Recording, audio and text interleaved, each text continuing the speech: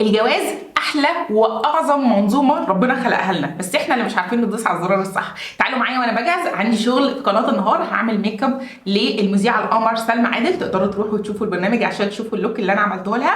ويلا بينا نجهز مع بعض وابتدي ادربكم على العلاقات الاسريه، ازاي نقدر نخليها افضل علشان نفضل مبسوطين طول الوقت، وابتدي ادربكم على المنظومه دي بطريقه صحيحه. والناس اللي هتستغرب انا ليه بتكلم في العلاقات الاسريه وهتقعد بقى تقول وانت مين عشان تدينا نصايح.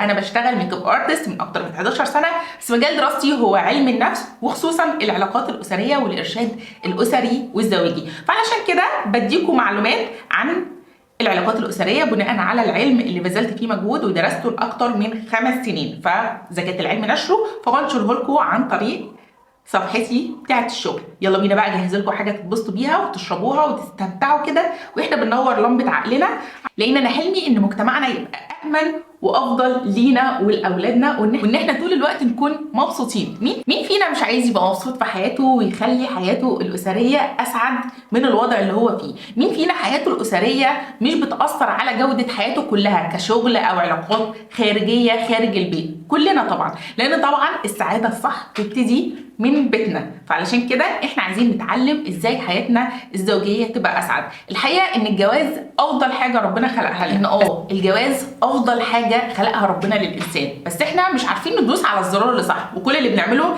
ان احنا عمالين ندوس على كل الزراير الا الزرار الصح. تخيلوا كده جايبين جهاز غالي جدا وكنتوا بتحلموا بيه، واول ما جبتوه ما بصيتوش على الكتالوج ولا فكرتوا ان ليه اصلا كتالوج، وقعدتوا تدوسوا على الزراير كلها وعمالين تحطوا فيشه وتشيلوها لدرجه ان الجهاز قرب يبوظ منكم وهو لسه جديد. الجواز كده بالظبط، ليه كتالوج بس مش كل الناس عارفاه، وللاسف بتستخدم كل الزراير لدرجه ان اوقات كتير جدا بتفقد العلاقه الاسريه السليمه، حتى لو هم مستمرين في الجواز بس السكن والموده والرحمه ما بيكونوش موجودين. فعلشان كده احنا محتاجين نبص على الكتالوج اللي ربنا خلقه لنا برضو، اللي هو اسمه العلم. وقبل ما اكلمكم في العلم بقى وازاي نقدر نستخدمه علشان علاقاتنا الاسريه تكون افضل، تعالوا بقى نبتدي مع بعض كده، نرجع للبدايه خالص.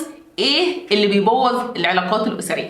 احب اقول لكم بقى ان انا سالت السؤال ده، احنا ليه بنتجوز، قبل ما اصور لكم الفيديو ده، ونزلته عندي علشان اشوف راي الناس في الجواز ايه، او فكرتهم عن الجواز لازم يتجوزوا ليه. فتعالوا نشوف دلوقتي ونقرا بعض الكومنتات علشان نشوف طرق الفكر المختلفه. وطبعا انا نزلته على اكتر من منصه، وعايزه اقول لكم ان كل منصه بيبقى فيها فئات معينه، فبتلاقي منصه كل اللي فيها محترمين، وبتلاقي منصه تانية معظم اللي فيها مش محترمين قوي فهتلاقوا الردود المحترمه والردود اللي مش محترمه، واحنا لازم نشوف الراي ده ونشوف الراي ده، بما ان كل المتخصصين في علم النفس سواء اطبائيين نفسيين او اخصائيين، كلنا بلا استثناء دورنا ان احنا نفهم سلوك الانسان ده ليه بيحصل. وعلشان افهم سلوك الانسان بيحصل ليه، لازم افهم افكاره، وافكاره دي بتيجي بناء على الكومنتات اللي بتتكتب. فانا لازم اقرا الكومنت الكويس والكومنت اللي مش كويس علشان اعرف السلوك اللي مش كويس ده فكر صاحبه بيبقى ايه. فانا ببقى مبسوطه لاختلاف الكومنتات دي. اي نعم بيبقى في ناس مش محترمه كتير بيبقوا عايزين يتضربوا على دماغهم، بس للاسف انا مضطره ادرس سلوكهم علشان نقدر نعدل سلوكهم بعدين. فتعالوا دلوقتي بقى نقرا شويه كومنتات فكر الناس ايه عن الجواز، ويلا نرجع نشوف احنا هنتفق نعمل ايه مع بعض. بصوا بقى، السكر عشان نخلف ونعمر الكون هنخلف، هيكبروا هيدرسوا يشتغلوا ايا كان، دكتور مهندس ويساعدوا الناس. ملحوظه، عمر 12 سنه سكر. انا بقى ببذل مجهود علشان السن الصغير ده. تعالوا نشوف الكومنت اللي بعده. وزي ما اتفقنا في كومنتات سويه من ناس محترمين وفي كومنتات تانية. تعالوا نشوف بقى الكومنت بتاع الاستاذ ده، بيقول اسالي ابوكي وامك. طبعا ده مثال حي للشخص اللي سلوكه مش كويس، اللي احنا هنبتدي مع بعض ناسس منظومه الجواز بطريقه صحيحه علشان الاتنين لما يتجوزوا يربوا اولاد كويسين، لان للاسف السلوكيات السيئه دي اصحابها لما بيكبروا بيرتبطوا ببناتنا، واحنا عايزين بناتنا يرتبطوا بناس اسوياء علشان يقدروا مع بعض يقوموا بدورهم في الحياه. فعلشان كده هدفنا نعدل سلوكيات الناس دي عن طريق بناء منظومه اسريه صحيحه. تعالوا بقى نشوف اللذاذه. احتياجات عمر ان هو عايز يلتزم في الجيم فهيتجوز عشان يجيب بنوته تعمله الاكل.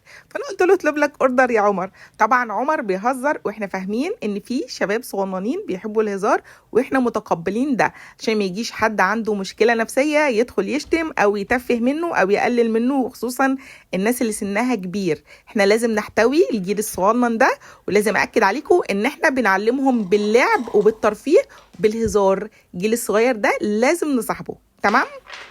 ودي كانت بعض الكومنتات من كل المنصات بتاعتي اللي انا نزلت عليها السؤال، فما تنسوش تتفاعلوا مع الاسئله بعد كده علشان بتفيدنا في فيديوهاتنا. دلوقتي زي ما انتم شايفين كده ان معظم الردود اللي جت من ناس سنها صغير، ودي حاجه حلوه قوي لان انا شايفه ان الاصلاح هيجي من الجيل الصغير. انا شايفه ان كل الحاجات اللي احنا بنعاني منها اللي ورثناها غصب عننا من الاجيال اللي قبل كده، واللي طبعا ملهاش علاقه بالدين ولا بالعلم، هي بس عادات كسبناها من الاجيال اللي قبل كده وبقينا مجبرين عليها، ومعظم الناس اللي بتجبرنا عليها مش قادره تفهم ان الزمن مختلف. يعني مثلا الحاجات اللي جدي وستي كانوا بيعملوها هل هي نفس الحاجات اللي انا وجوزي هنعملها دلوقتي؟ الزمن اتغير والدنيا اتطورت، الاحتياجات اللي بقت موجوده في البيت بقت مختلفه عن الحاجات اللي كانت جدتي بتعملها. مثلا يعني انا بقى عندي غساله اوتوماتيك، هل جدتي كان عندها غساله اوتوماتيك؟ لا، دلوقتي الراجل بقى ممكن يشتغل وهو قاعد على المكتب ما يبذلش اي مجهود، هو بس قاعد قدام لابتوب مثلا او قاعد قدام الجهاز بتاعه. هل جدي كان عنده اللابتوب ده؟ لا، كان لازم ينزل يزرع في الارض علشان يعرف ياكل ويشرب. فبالتالي الزمن بقى مختلف والفكر بقى مختلف، ولكن اللي مازال مستمر معانا وكان معاهم هو الشيطان. هو المسؤول الاول والاخير عن انه يحرف لنا ويشوه لنا اي معنى في حياتنا علشان يقدر يستخدمنا ضد بعض.